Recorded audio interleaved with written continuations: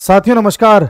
साथियों आजकल सीए काफी चर्चा में है और लोगों को लग रहा है कि सीए आने से बहुत कुछ उथल पुथल हो जाएगी। मुसलमानों को ये डर दिखाया जा रहा है कि सीए आने से उनकी सिटीजनशिप चली जाएगी। कई मुसलमानों को ये डर बैठा दिया गया है कि उनको उस देश से बाहर कर दिया जाएगा और कुछ मुसलमानों को ये डर बैठा दिया गया है कि उसके आने से हिंदू और मुसलमान की लड़ाई भी हो जाएगी, जबकि ये सब भ्रांतियां हैं, सब अफवाह है। आज हम जो डिस्कशन करने जा रहे हैं इसमें सीए की तो डिस्कशन करेंगे ही, साथ में एनआरसी की भी करेंगे, एनपीआर की भी करेंगे और ये जानेंगे कि हमारे देश में प्रोपेगेंडा किस तरीके से चलाया जाता है, किस तरीके से एक सीधी सादी जानकारी को तोड़ मोड़ के पेश किया जाता है और आप जैसे पढ़े लिखे लोग भी उसे गलत तरीके से मानने लग जाते हैं और उन्हें यह लगने लग जाता है कि वास्तव में सरकार कुछ गलत कर रही है। हम विद प्रूफ बात करेंगे और साक्ष्यों के साथ बात करेंगे। आइए बात स्टार्ट करते हैं। देखिए, वैसे तो सिटीजनशिप पर काफी कुछ बात करी जा सकती है, लेकिन थोड़ा सा बैकग्राउंड में देखते हैं। हमारे देश में इतिहास से हम देख रहे हैं कि पहले मुगल्स आए, उसके बाद में अंग्रेज आए, उसके बाद में और आक्रांता आए। हमारे देश में कोई ना कोई बाहर का यहां पर आता रहा है। हर बार जो लोग आए उन्होंने ये कोशिश करी कि इस देश की रीढ़ की हड्डी को तोड़ दें। इस देश की रीढ़ की हड्डी है यहाँ की संस्कृति, यहाँ का सनातन धर्म, यहाँ का कल्चर और यहाँ की मेल मिलाप। जिस तरीके से लोग यहाँ पर रहते थे, इज्जत के साथ रहते थे, महिलाओं को इज्जत देते थे, हर चीज हमारे यहाँ पर बड़ी सिस्टमेटिक थी। लेकिन जैसे जैसे मुगल्स आना स्टार्ट हुए और आक्रांत आना स्टार्ट हुए, उन्होंने सोचा कि क्यों ना यहाँ के लोगों को, इनकी रीढ़ की हड्डी को ही तोड़ा जाए, इन लोगों को इनकी संस्कृति से दूर किया जाए। तो एक तो उन्होंने संस्कृति से दूर करने के लिए हर संभव प्रयास किया, जैसे मंदिर को तोड़ना, मंदिर को लूट लेना, उसका धन लूट लेना, महिलाओं के साथ बर्बरता करना, जानबूझ करके ऐसे कृत्य कराना जो कराए नहीं जा सकते, जानबूझ करके अपने रिलीजन को यहाँ पर प्रोपोगेट करना जिससे कि लोग अपनी संस्कृति, अपना धर्म भूल जाएं और इनकी बात को अपना लें। कई सारी किताबें ऐसी हैं, कई सारे टेक्स्ट ऐसे हैं जिनमें ये बातें लिखी हुई हैं। जैसे एक चचनामा है, आप कलकत्ता में म्यूजियम में चले जाएंगे तो वहां पे कई सारे टेक्स्ट मिल जाएंगे, साफ साफ लिखा है कि हिंदू मंदिरों को जानबूझ करके तोड़ा गया था, विशेष तौर पे अंग्रेजों ने तोड़वाया था। आजकल ज्ञानवापी काफी चर्चा में है, उसमें आपको पता है कि साफ साफ हिंदू मंदिर पे ही मस्जिद बनाई गई है। एक्चुअली मैं हिंदू और मुसलमान की बात नहीं कर रहा, मैं बता रहा हूं कि बैकग्राउंड क्या है, आप समझने की कोशिश करना। तो इन सब के बीच कोशिश ये थी कि भारत अपनी जड़ों से दूर हो जाए और एक नया जो कल्चर है, जो उनकी थोपी हुई मानसिकता है, वो भारत को थोपी जाए, उसको मनवाया जाए जैसे वो दुनिया में मनवाते हुए आ रहे थे। दुनिया के कई देशों में आपने देखा होगा कि धर्म परिवर्तन करा दिए गए, पूरे के पूरे देश के धर्म परिवर्तन करा दिए गए। चाहे आप इजिप्ट देखें, चाहे आप ईरान देखें लेटर बाद में जाकर के, चाहे आप अफ्रीका के और देशों को देखें, हर जगह धर्म परिवर्तन बड़े स्तर पर हुआ। यह कोशिश भारत में भी चली और सबसे पहले भारत के प्रतीकों को तोड़ करके शुरुआत करी गई। खैर वो एक बात थी। जब मुगल्स गए तब तक काफी डिफॉर्मेशन हो चुका था, चीजें टूट चुकी थी, खराब हो चुकी थी। उसके बाद जब अंग्रेज आए तो अंग्रेजों ने भी सेम चीज को आगे फॉलो किया। उनको पता था कि अगर भारत पर राज करना है तो पहले फीमेल और मेल के बीच में एक दीवार खड़ी करो, उसके बाद इनका जो धर्म है उसके बीच में दीवार खड़ी करो, उसके बाद धर्म के अंदर जो जातियां हैं उसके बीच में दीवार खड़ी करो और हर किसी के अंदर एक कॉन्शियसनेस बिठा दो, एक अंदर चेतना बिठा दो कि तुम फलाने धर्म के हो, तुम फलानी जात के हो, जिससे कि लोगों में एक डर बैठा जाए। और जब डर बैठ जाएगा तभी दो अलग अलग समुदाय एक दूसरे से दूर जाएंगे। और मैकुले इस बात को कहता था 1835 में, उसने कहा था कि अगर भारत पर राज करना है तो यहाँ के एजुकेशन सिस्टम को बदल दो, अगर भारत पर राज करना है तो यहाँ की संस्कृति को गलत तरीके से पेश करो या इन्हें संस्कृति से दूर कर दो। और इतना ही नहीं, इंडस वैली सिविलाइजेशन आपने सुना होगा, सिंधु घाटी सभ्यता, उसके बारे में भी भारत को लंबे समय तक नहीं बताया अंग्रेजों ने। अंग्रेजों को पता चल गया था कि यहाँ पर सबसे विकसित सभ्यता रहती थी। जब पूरी दुनिया में लोग कपड़े पहनना नहीं जानते थे, खाना खाना नहीं जानते थे, उस वक्त भारत की सभ्यता साइंटिफिक तरीके से अपना पूरा का पूरा शहर बसा लेती थी। लेकिन उन्होंने जानबूझ करके हम लोगों को ये जानकारी दी नहीं, क्योंकि उससे हमारा आत्मविश्वास ना बढ़ जाए। फिर जब अंग्रेज गए तो ऐसा बीज बो करके गए जो आज तक हमको परेशान करता है। वो बीज था पार्टीशन का, वो बीज था दो देशों में दूरी बनाने का। और आपको पता है कि पाकिस्तान का निर्माण क्यों हुआ? पाकिस्तान का निर्माण हुआ था धर्म के बेसिस पर। यह बात खुली बात है। कुछ लोगों ने यह डिमांड करी कि हमें इस्लाम के बेसिस पर नया देश चाहिए और पाकिस्तान वो देश बना। आप जानिए इस बात की, इसको तो कोई नकार नहीं सकता ना कि एक धर्म के बेसिस पर देश मांगा गया था। जो देश मांगने वाले वो लोग थे और जिन्होंने इस बात को सपोर्ट किया था उस पर तो कोई क्वेश्चन मार्क नहीं लगाता, लेकिन उसके आगे की बात जो होती है उस पर सब क्वेश्चन मार्क लगाते हैं। भाई जब पाकिस्तान का बंटवारा आपने किया, उसको एक अलग देश बना दिया था, तब क्या यहाँ पे देशभक्त लोग नहीं थे? उन लोगों ने क्यों नहीं इस चीज का विरोध किया? क्यों उस चीज के सपोर्ट में आ गए? कि आज आप अपने देश का एक भी टुकड़ा किसी को देने को तैयार हो जाएंगे? 1947 में कैसे तैयार हो गए आप? कैसे आप इतनी आसानी से देश के टुकड़े करा सकते हैं? और वो भी इस प्रकार से कि आधा पाकिस्तान इस तरफ और आधा पाकिस्तान इस तरफ। जैसे भारत का नक्शा अगर हम बनाए तो आपको पता है कि एक बांग्लादेश ये है और पाकिस्तान आपका ये है, पाकिस्तान ये रहा, बांग्लादेश ये रहा। भाई आप इंडिया का बंटवारा कर रहे हो, लेकिन ऐसा कैसा बंटवारा कर रहे हो कि आधा पाकिस्तान इधर और आधा पाकिस्तान इधर? ये सोची समझी साजिश थी अंग्रेजों की। अंग्रेजों ने भी यही काम किया था। उनकी क्रिश्चियन मिशनरीज आई थी, वो लगी हुई है क्रिश्चियन धर्म का प्रोपोगेशन करने में।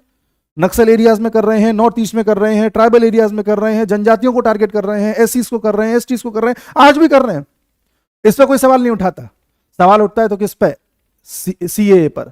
सवाल उठता है तो एनपीआर पर। सवाल उठता है तो एनआरसी पर।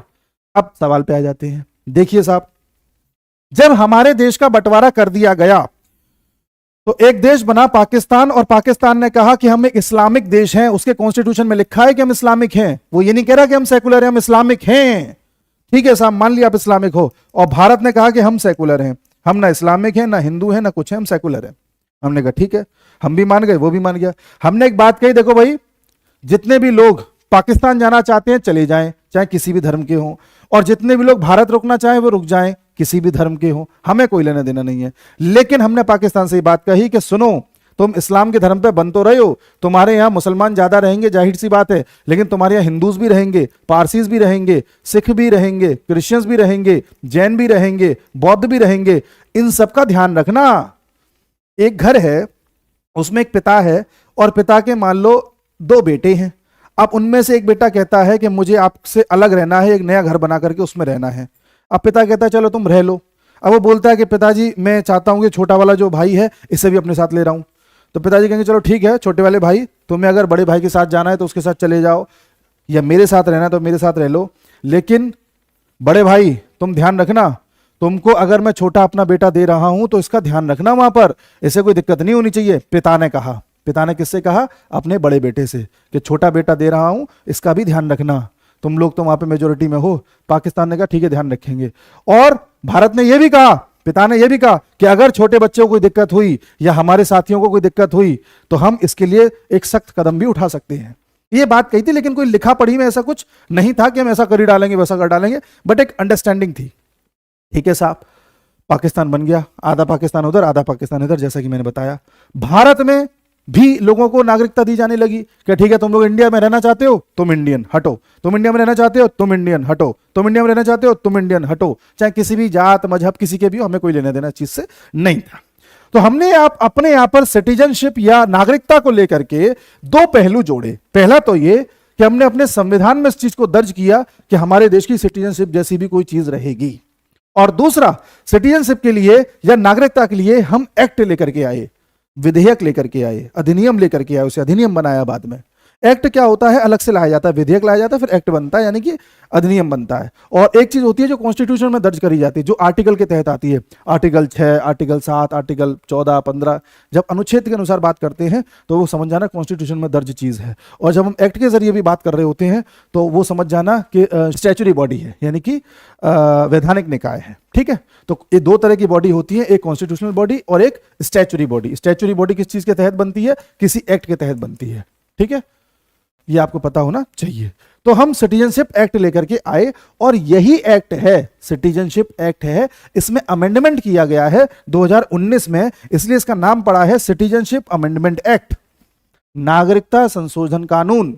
जब किसी एक्ट में अमेंडमेंट कर देते हैं, कुछ बदलाव कर देते हैं, तो अमेंडमेंट बोलते हैं, संशोधन बोलते हैं। ठीक है, और ऐसा नहीं कि पहली बार हुआ है, पहले भी हुआ है। 1986 में हुआ, 92 में हुआ, 2003 में हुआ, 2005 में हुआ, और अब जाकर के 19 में हुआ।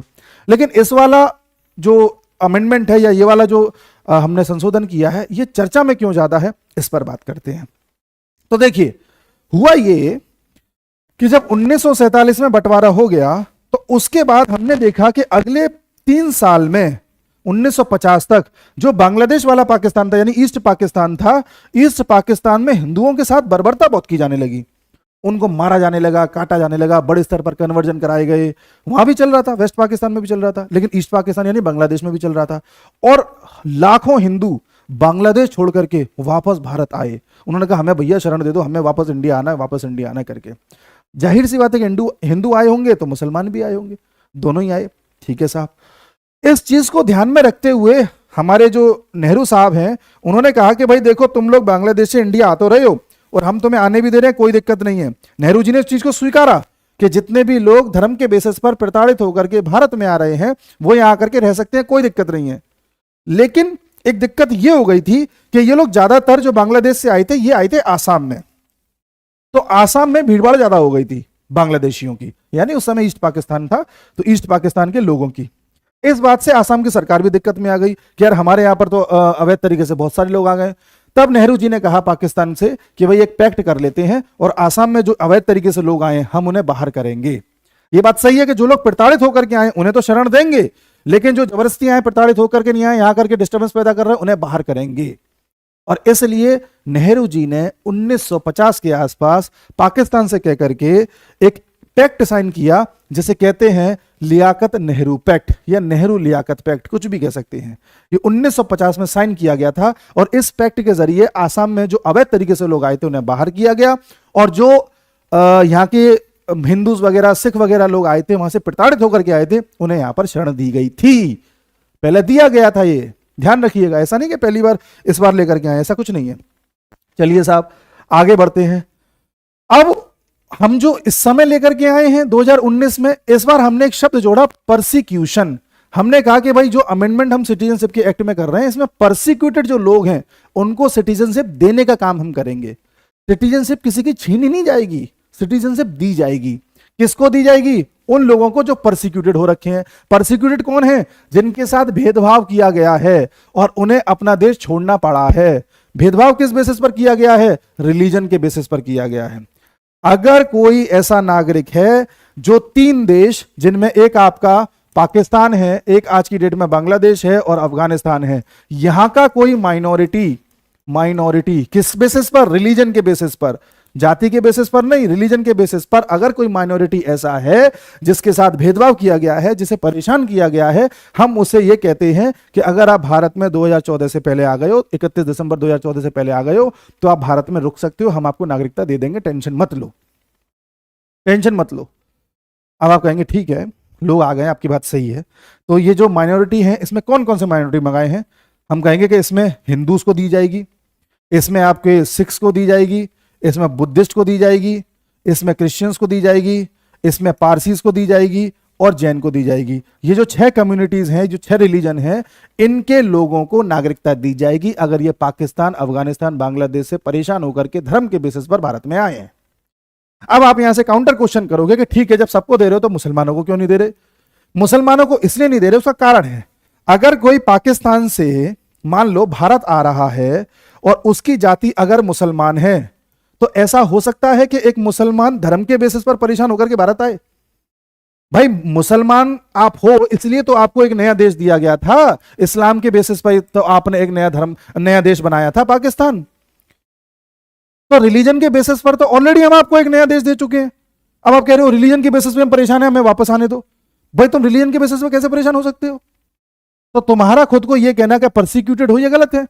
तुम जाति के बेसिस पे हो सकते हो। मुसलमान में मान लो 100 जातियां हैं, अब आपस में हर कोई किसी न किसी बात से परेशानी है, वो तो हर जगह है, भारत में है, भारत में न जाने कितनी जातियां हैं, सब परेशान है लोग।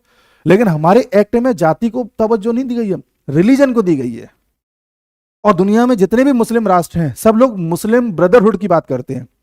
जैसे इजराइल और फिलिस्तीन का मामला चल रहा है, तो आपने देखा होगा फिलिस्तीन के लिए पूरी दुनिया में जितने भी मुस्लिम देश हैं सबने आवाज उठाई है। वो बात अलग है कि उसको अरब के देश भी सपोर्ट नहीं करते। वो बात अलग है कि एक टाइम था कि पाकिस्तान के लोगों ने फिलिस्तीनियों को सबसे ज्यादा मारा था, ब्लैक सितंबर वॉर 1970। वो बात अलग है कि जॉर्डन के लोगों ने फिलिस्तीनियों को सबसे ज्यादा मारा था। ये बात अलग है इजिप्ट फिलिस्तीनी लोगों को घुसने नहीं दे रहा अपने यहां पर। लेकिन ब्रदरहुड तो है, किस बेसिस पर? मुस्लिम के बेसिस पर। वहां जाति नहीं आती। लेकिन जब आप बात करते हो कि हमें जबरदस्ती अपने देश में सिटीजनशिप दे दो, तो आप जाति की बात करते हो कि हम तो अहमदिया हैं, हम तो बरेलवी हैं, हमारे साथ बड़ा जो है गलत सलूक हो रहा है।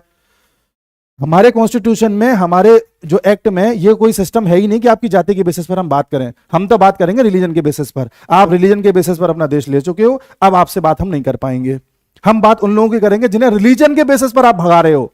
आप अगर हिंदू को यहां से भगा रहे हो तो रिलीजन के बेसिस पर भगा रहे हो, जाति के बेसिस पर नहीं। आप बुद्धिस्ट को भगा रहे हो तो रिलीजन के बेसिस पे भगा रहे हो, आप जैन को भगा रहे हो तो रिलीजन के बेसिस पर, पारसी को तो रिलीजन के बेसिस पर, सिख को तो रिलीजन के बेसिस पर, लेकिन मुसलमान को रिलीजन के बेसिस पे नहीं भगा रहे, वो आपकी अपनी समस्या है, जातिगत समस्या।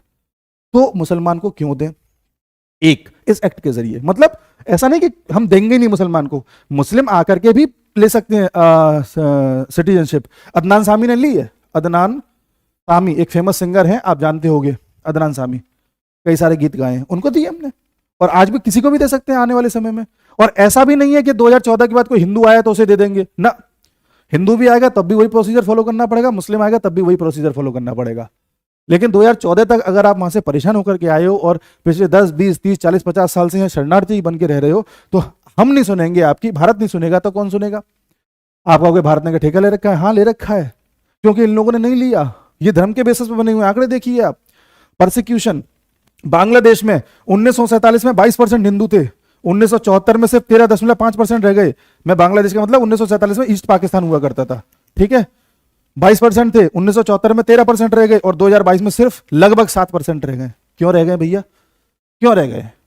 या तो आपने कन्वर्ट करा दिया, या शायद मार दिया होगा, या उन्हें भाग करके भारत आना पड़ा। क्यों आना पड़ा भैया, क्यों आना पड़ा? दूसरा आइए, पाकिस्तान 1947 में पूरे पाकिस्तान में 24% थे, और 2022 में 1% से भी कम रह गए। इस पर सवाल नहीं उठाता कोई? क्यों नहीं उठाता भैया? इन लोगों का ध्यान कौन देगा बताइए? आप कहोगे कि साहब श्रीलंका देगा, देख लो श्रीलंका को 1915 में 25% हिंदू थे, 2011 में 12.6% है, और कम हो गए, आंकड़ा नहीं है। क्यों भैया? अगला देख लो, अफगानिस्तान, अफगानिस्तान में 1992 में 2 लाख हिंदू और सिख थे, और आज आंकड़ा है ये 2 लाख है, ठीक है, 2 लाख थे 1992 में, और आज 500 से भी कम बचे हैं, 500 लोग भी नहीं है।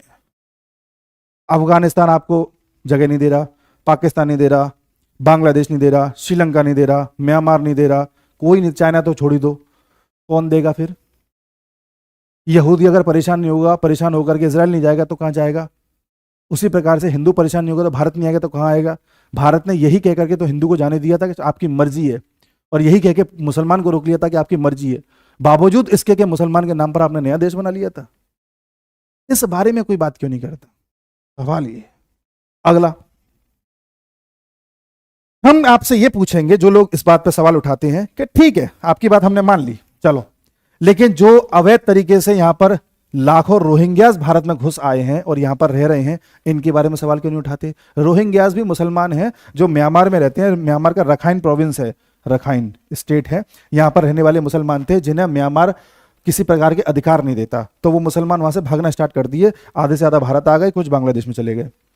ये हमारे नॉर्थ ईस्ट में आकर के रह रहे हैं। पहले उन्होंने कहा कि हमें शरण दे दो, शरण दे दो, भारत ने इनको शरण दी थी, भारत ने कहा चलो रह लो, कोई दिक्कत नहीं, खाना पीना भी दे देंगे, कोई दिक्कत नहीं है। फिर जब वहां थोड़ा बस गए, दमदारी आ गई, तो बाकियों को परेशान करने लगे, कन्वर्ट कराने लगे। इस बारे में कोई भी आदमी बोलता है क्या? कोई भी आपने न्यूज चैनल वाला जो सीए का विरोध कर रहा है या कोई प्रोटेस्ट कर रहा है कभी देखा बोलते हुए? नहीं बोला होगा। आपको पता है हमारे देश में अवैध तरीके से कितने बांग्लादेशी घुसे हुए हैं? बांग्लादेशियों का अगर आप रिकॉर्ड निकालेंगे तो आप पाएंगे कि हमारे देश में आज की डेट में 6 से 7 करोड़ लोग ऐसे हैं जो बांग्लादेशी हैं और अवैध तरीके से आए हैं। भाई बांग्लादेश से मैं मानता हूं भारत में 2 तरह के लोग आ सकते हैं, एक तो हिंदू आएगा, एक मुसलमान आएगा, मैंने मोटे तौर पे मान लिया। तो बांग्लादेश से अगर हिंदू आ रहा है तो शौक में तो आ नहीं रहा होगा, प्रताड़ित होकर के ही आ रहा होगा, वो आंकड़े भी बता रहे हैं कि कैसे परसेंटेज कम होती जा रही है। तो इसको तो हम कहते हैं शरणार्थी, है ना, परसिक्यूट होकर के तुम आए हो। लेकिन मुस्लिम क्यों आया है? तुम तो मुस्लिम नाम के देश में बैठे हुए हो, तुम तो वहीं के नागरिक हो, तुम्हारे कॉन्स्टिट्यूशन में लिखा है इस्लामिक स्टेट। फिर क्यों आए आप? ये आप इसलिए इंडिया में आए क्योंकि इंडिया में आपको पता है कि मुसलमानों को राइट्स ज्यादा दिए जाते हैं, आपको पता है इंडिया में मुसलमानों के लिए स्कीम्स बहुत हैं, आपको पता है इंडिया में मुसलमानों के लिए बहुत सारे भत्ते दिए जाते हैं, इसलिए आप उनके हकों को मार करके खुद हक लेने आए हो। मैं इसलिए कह रहा हूं कि सीए मुसलमानों के लिए है, उनके हक के लिए है, क्योंकि आप मुसलमान भाइयों, आपके हक की जो चीज थी उसे कोई और खा रहा है। आप समझ रहे हैं? इसी प्रकार से एनपीआर और एनआरसी भी आपके लिए ही है। अब देखो ये जो बांग्लादेशी 6 से 7 करोड़ हैं, ऐसा ज्योति बसु कहते थे। ज्योति बसु कम्युनिस्ट पार्टी के सीएम थे जो लगभग कम्युनिस्ट पार्टी बंगाल में 37 साल रही थी, 37 ईयर्स। उन तक ने यह बात कही थी कि कई सारे बांग्लादेशी हैं, करोड़ों में हैं, जो भारत में आकर के रह रहे हैं। बीएसएफ की रिपोर्ट कहती है, बीएसएफ के जवान जो होते हैं कि भाई बांग्लादेशी कई सारे हैं अवैध तरीके से रह रहे हैं, और माना जाता है कि इनमें से 2 करोड़ के आसपास, 2 करोड़ या उससे ज्यादा भी हो सकता है, 2 करोड़ तक का तो आंकड़ा सुना है कि ये अकेले बंगाल में रह रहे हैं। इसलिए ममता बनर्जी इन पर मेहरबान है, वोट बैंक है उनका। इसलिए ममता बनर्जी शेख शाहजहां को बचा रही है, वही जिसने अभी ये किया है, संदेश खाली किया है। और इसीलिए दिल्ली में भी, आप जानते हैं दिल्ली में प्रोटेस्ट क्यों हुआ था? क्योंकि दिल्ली में भी ज्यादातर बांग्लादेशी रहते हैं, उनको भी वहां का एक सीएम बचा रहा है, उनके लिए फ्री स्कीम्स लेके आया, फ्री फ्री फ्री आप लो बस। क्यों नहीं कोई आवाज उठाता बांग्लादेशियों के खिलाफ? कोई बता देना, बताए कोई। हमारे यहाँ पे खैरात बट रही है क्या? लेकिन नहीं, सीए के खिलाफ बोलेंगे, क्योंकि प्रोपेगेंडा चलता है ना। अब और देखिए स्थितियां, और देखिए हमारे देश में एक आसाम अकॉर्ड करा गया। आसाम अकॉर्ड क्या है? एक तरीके से मेमोरेंडम ऑफ अंडरस्टैंडिंग, एक तरीके से एग्रीमेंट है भारत के सरकार और आसाम की गवर्नमेंट के बीच करना पड़ा। आसाम में 1979 में 1979 में एक बाय इलेक्शन होना था। उस बाय इलेक्शन में यह देखा गया कि जो वोटर्स की संख्या है, एक विशेष प्रकार के वोटर अलग तरीके से ही बढ़ गए। वोटर की संख्या मान लो 100 होनी थी, वो अचानक से 150 निकली। तो बड़ी हैरानी हुई इलेक्शन कमीशन को भी कि अचानक से वोटर की संख्या कैसे बढ़ गई। तहकीकात करी गई, और तहकीकात करी गई तो ये पाया गया कि आसाम में कई सारे लोग हैं जो लगभग 1971 के बाद से, जब बांग्लादेश बना था उसके बाद से कई सारे बांग्लादेशी ऐसे हैं जो गलत तरीके से आसाम में आ गए हैं। और इन्होंने आसाम में आकर के न सिर्फ वहां की जनसंख्या बढ़ा दी है, वोटर लिस्ट में भी अपना नाम दर्ज करा लिया है, वहां के संसाधनों का दोहन कर रहे हैं, नॉर्मल लोगों के राइट्स को मार रहे हैं और जबरदस्ती परेशान कर रहे हैं। तब वहां पर एक मूवमेंट खड़ा हुआ 1979 से लेकर के 1985 तक, 1979 से लेकर के 1985 तक। इस मूवमेंट को ऑल आसाम स्टूडेंट्स यूनियन ने चलाया। 6 साल तक ये मूवमेंट चला, और इसमें इस स्टूडेंट यूनियन की ये डिमांड थी कि जितने भी अवैध बांग्लादेशी भारत में आ गए या आसाम में आ गए, इन्हें यहां से बाहर किया जाए। तो उसी बाहर करने की दिशा में ये अकॉर्ड किया गया था कि ठीक है हम बाहर करवाएंगे, सरकार ने कहा। और इसीलिए वहां पर एक तरीके से छांटा छूटी करी गई, ढूंढा गया कौन कौन है, वो सबको बाहर किया गया। इसी को कहते हैं आसाम अकॉर्ड। आप सुनिए, और इसमें यह कहा गया कि देखो, जो लोग 1 जनवरी 1966 तक आसाम में आ गए हैं वो लोग तो आसाम के हैं, और जो लोग 25 मार्च 1971 के बाद आसाम में आए वो आसाम के नहीं माने जाएंगे। यह आसाम अकॉर्ड का था। और सेम आसाम अकॉर्ड एनआरसी इन्होंने कराया था अपना, उसी को एनआरसी कहते हैं। एनआरसी का मतलब होता है नेशनल रजिस्टर ऑफ सिटीजन। ये चेक किया जाता है कि आप सिटीजन है कि नहीं है। आसाम में एनआरसी कराई गई कि भाई ये चेक करो आसाम के हैं कि नहीं है। ये आसाम में एनआरसी सबसे पहले 1951 में कराई गई थी। मैंने आपको बताया था ना, यहां पर 1951 में सबसे पहले कराई गई थी, जब नेहरू लियाकत पैक्ट आया था। हीरा नेहरू लियाकत पैक्ट जो आया था, इसमें 1951 में एनआरसी सबसे पहले कराई गई थी आसाम में, कि छांटिए आसाम में तो नहीं आ गए पाकिस्तानी लोग गलत तरीके से, तो आए हुए थे वहां पर, तो तब छांटा। उसके बाद छांटा आपका 1985 में, जब ये पैक्ट किया गया, आसाम अकॉर्ड किया गया, ठीक है ना, तब यहां छांटा। उसके बाद सुप्रीम कोर्ट ने यह कहा, अभी हाल फिलहाल में 2013 में सुप्रीम कोर्ट ने यह कहा था कि भाई ऐसा है कि जो आपने एनआरसी कराई थी ना आसाम में 1951 में, अब उसे एक बार फिर से करा लो। सरकार ने कहा अच्छा फिर से कराएं, हाँ फिर से करा लो। तो 2013 में तो बीजेपी शासन में नहीं थी, उस समय एनआरसी फिर से कराई गई आसाम में, और 2013 से लेकर के 2019 तक एनआरसी करी गई, और लोगों को छांटा गया कि अरे भाई तुम बांग्लादेशी बाहर आओ, तुम अपना आइडेंटिटी कार्ड दिखाओ, सिटीजन हो नहीं हो, बाहर आओ बाहर आओ। इनको छांटा गया, और जो सिटीजन नहीं थे भारत के उन्हें डिटेंशन कैंप में रखा गया। आसाम में यह हुआ था। तो क्यों ना छांटे भैया, हम अपने देश में क्यों ना छांटे। खैर, तो अब एनआरपी और एनपीआर और एनआरसी में भी अंतर देख लेते हैं। ये अंतर क्या है, देखो, कभी भी हमारे देश में जब सेंसस होना होता है, जनगणना होनी होती है, उससे 1 साल पहले एनपीआर कराया जाता है। एनपीआर का मतलब होता है नेशनल पॉपुलेशन रजिस्टर। ये सिर्फ आपकी पॉपुलेशन देखता है। जैसे आपके शहर में टीम आएगी, वो ये चेक करेगी, अच्छा आपका नाम क्या है, फलाना, आप कहाँ के हो, यहाँ के हो। आपने कहा कि हम ऑस्ट्रेलिया के हैं, अच्छा ऑस्ट्रेलिया के हो, अच्छा तो यहाँ पर कितने दिन से रह रहे हो, कि हम रहते 6 महीने से रहे हैं और अगले 2-2.5 साल और रहेंगे क्योंकि आप पढ़ाई कर रहे हैं 3 साल की, ठीक है, तो आपका नाम हम लिख लेते हैं। तो ऐसा नागरिक जो भारत में 6 महीने से रह रहा हो या 6 महीने तक और रहने वाला हो, ऐसे नागरिक को हम इस एनपीआर में दर्ज कर लेते हैं। वो नागरिकता का प्रमाण नहीं है, ये नागरिकता का सर्टिफिकेट नहीं है कि आप नागरिक हो कि नहीं, ये बस एक सर्टिफिकेट है कि जनसंख्या तो देखें कि आप पर कितने लोग हैं, चाहे बाहर के हो, चाहे अपने हो, चाहे कोई हो, सबका नाम इसमें लिख लिया जाता है। जब इसमें नाम लिख जाता है, उसके बाद ये लिस्ट जाती है रजिस्ट्रार के पास, जो लोकल लेवल पर रजिस्ट्रार होता है उसके पास जाती है और इस लिस्ट को अच्छे से देखता है वो, और देखने के बाद कुछ नाम इसे डाउटफुल लगते हैं कि यार ये कुछ आदमी ठीक नहीं है, ये लगता है ऑस्ट्रेलिया का है, ये ना आदमी डॉक्यूमेंट दे रहा है लेकिन इसके डॉक्यूमेंट कुछ परफेक्ट नहीं लग रहे, ऐसे करके अलग अलग नामों को छांट लेता है, उनको फिर से बुलाता है कि अरे दोबारा आओ और ये बताओ आपका कुछ गड़बड़ तो नहीं है। वो कहने नहीं हमारी गलती हो गई थी, ठीक हो गया था, या कोई आएगा अरे हमारा नाम रह गया जो भी है, तो ठीक है उसे ठीक करा लो, कोई दिक्कत नहीं है। उसके बाद रजिस्ट्रार से भी मान लो कोई गलती हो गई तो ऊपर वो अपनी लिस्ट भेजता है डिस्ट्रिक्ट रजिस्ट्रार को। अगर आपको लगता है कि हमारा नाम नहीं आया या आ गया है तो गलत आ गया, या कोई डॉक्यूमेंट गलत आ गया है, नहीं आया, जो भी दिक्कत है सिटीजनशिप से लेकर के वहां जाके चेक करा लो। उसके बाद और ऊपर तक जाता है, ऐसी नेशनल लेवल तक जाती है वो लिस्ट, तब जाके छांटा जाता है कि इसमें से कौन सिटीजन है कौन सिटीजन नहीं है। तो फिर जो आप ऑस्ट्रेलिया से आए हुए थे ना, जिसका नाम एनपीआर में आ गया था, आपका नाम एनआरसी में नहीं आएगा। एनआरसी में उन्हीं लोगों का नाम आएगा जिनके पास ऐसे डॉक्यूमेंट थे जिससे उनकी नागरिकता का प्रमाण होता है, नागरिकता प्रूफ होती है, उनकी सिटीजनशिप प्रूफ होती है। अब मुझे एक बात बताओ, अगर एक भारत का मुसलमान जो कायदे से भारत का ही मुसलमान है और उसके पास डॉक्यूमेंट हैं पूरे, तो क्या उसे इस चीज से डरना चाहिए या उसे इस चीज से डरना चाहिए? फिर कौन है जो इसका विरोध करेगा? विरोध वही तो करेगा जो यहाँ का नहीं है।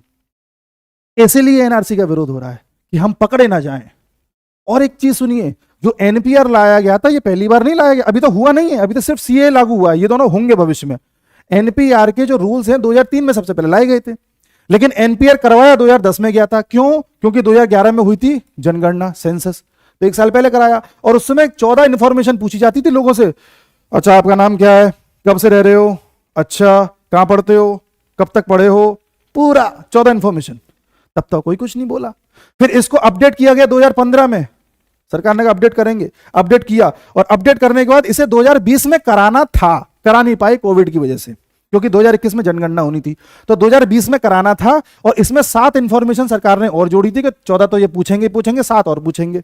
इनमें क्या था कि आपकी माता का नाम क्या है, आपके पिता का नाम क्या है, ये पहले ही पूछते थे, ये दोनों रहने वाले कहाँ के हैं ये पूछेंगे, कि माता कहाँ की है, उनका जन्म कहाँ हुआ था, आप कहोगे हमें नहीं पता, तो कोई बात नहीं। पिता का जन्म कहाँ हुआ था, आपने हमें नहीं पता, कोई बात नहीं। कोई जबरदस्ती नहीं है कि आपको बतानी है। ऐसे इसमें आधार कार्ड दिखाना है आपको, लाइसेंस दिखाना है, तो बाद में सुप्रीम कोर्ट ने बोला कि आधार कार्ड मत मांगो, किसी का आधार कार्ड मांगना ठीक नहीं है, तो ठीक है आधार कार्ड नहीं मांग रहे, जरा सी बात है, इसमें कुछ है ही नहीं। तो जो चीज पहले हो चुकी है वही दोबारा होनी है, इसमें बवाल क्यों? और इसके बाद एनआरसी होनी है क्योंकि ये छट जाए कि कौन है कौन नहीं, इसमें बवाल क्यों? आप ही मुझे बताओ क्यों बवाल? और सीएए से हम वहां की माइनॉरिटीज को यहां पर बुला रहे हैं, इससे यहां के लोग परेशान क्यों? यहाँ के मुसलमान को तो कोई नहीं भगा रहा, यहाँ का मुसलमान कायदे से अगर यहीं का है, बांग्लादेशी नहीं है, रोहिंग्या नहीं है, तो क्या दिक्कत है? लेकिन दिक्कत कुछ लोगों को है, कुछ लोगों को, कुछ मीडिया वाले हैं, कुछ यूट्यूब वाले हैं, कुछ अखबार वाले हैं, कुछ कॉलेज वाले हैं, कुछ यूनियन है, इनको दिक्कत है। इनको दिक्कत क्यों है? कि इनकी जो सत्ता है ना वो इन्हीं सब चीजों से चलती है। कह रहे हैं India needs job and education, no NRC. क्यों नहीं करें भैया एनआरसी? आपको पता भी है एनआरसी क्या है? नो सीए, क्यों ना करें भैया सीए? इनको क्या दिक्कत है? लेकिन इनको फंड दिया जाता है। अब इन जो मोहतरमा है इनसे आप पूछिए, आपको पता है सीए क्या होता है? मोहतरमा बता नहीं पाएंगी, गारंटी है। अब कुछ लोग ये भी कहेंगे कि ये तो कॉन्स्टिट्यूशन के खिलाफ है, हम तो कॉन्स्टिट्यूशन से चलने वाले देश हैं, हम तो कॉन्स्टिट्यूशन को मानेंगे। तो मानिए ना, अगर ये चीज कॉन्स्टिट्यूशन के खिलाफ होती ना तो सुप्रीम कोर्ट इसको पहले ही गिरा चुका होता। आपने देखा था धारा 370 का मामला भी सुप्रीम कोर्ट में गया था, तो सुप्रीम कोर्ट ने कहा था कि ये मामला बिल्कुल ठीक है, धारा 370 हटाइए, सरकार ने कोई गलत नहीं किया। जब भी देश में कोई चीज गड़बड़ होनी होती है ना, सुप्रीम कोर्ट उसे पास ही नहीं होने देती, पहले गिरा देती है। तो जब सुप्रीम कोर्ट ने इसे नहीं गिराया तो इसका मतलब कॉन्स्टिट्यूशनल है, एक। और दूसरा, अगर आपको कॉन्स्टिट्यूशन की इतनी ही दुहाई देनी है तो कॉन्स्टिट्यूशन की जो धारा 44 है, आर्टिकल 44, उसमें लिखा हुआ है कि देश में यूसीसी होना चाहिए, यूनिवर्सल यूनिफॉर्म सिविल कोड होना चाहिए। तो जब यूनिफॉर्म सिविल कोड की सरकार चर्चा करती है तब क्यों कहते हो कि नहीं होना चाहिए? तब चलो ना कॉन्स्टिट्यूशन से। अगर कॉन्स्टिट्यूशन से ही चलना है तो शाहबानो केस में सरकार ने 1985 में यह कहा था कि शाहबानो, तुम्हारे पति ने तुमको तलाक दे दिया है तो तुम्हारे पति की जिम्मेदारी है कि तुम्हें भत्ता दे, और तुम्हारे पति की जिम्मेदारी है कि तुम्हारा आगे का फाइनेंशियल ख्याल रखे। तो इस पर तो सब लोग खिलाफ हो गए थे, सुप्रीम कोर्ट के, सरकार कोर्ट के खिलाफ हो गए थे। फिर सरकार, राजीव गांधी की सरकार एक एक्ट लेकर के आई थी और सुप्रीम कोर्ट के इस नियम को बदला था। तब आपने रिलीजन के बेसिस पर नियम क्यों बदल दिया था? तब कॉन्स्टिट्यूशन नहीं था क्या? सवाल यही है। तो मैं आप पर छोड़ रहा हूं कि आप जानकारी के अनुसार चीजें मान करके चलना चाहते हैं या प्रोपेगेंडा में बस फंस करके किसी की भी साथ खड़े हो लेना चाहते हैं। प्रूफ्स आपके पास हैं, कॉन्स्टिट्यूशन आपके पास है, सुप्रीम कोर्ट क्या कर रही है क्या नहीं कर रही है आपके पास है, इन देशों ने क्या किया आपके पास है, इतिहास में क्या हुआ आपके पास है, फ्रीडम फाइटर्स ने क्या किया आपके पास है, और विवेक आपके पास है। अपने विवेक से निर्णय लें। देश हमारा है, हम सब भाई बहन हैं, चाहे हिंदू हो, मुसलमान हो, सिख हो, ईसाई हो, कोई हो। हमें किसी की बातों में नहीं आना। यही मेरा इस वीडियो बनाने का उद्देश्य है। जय हिंद।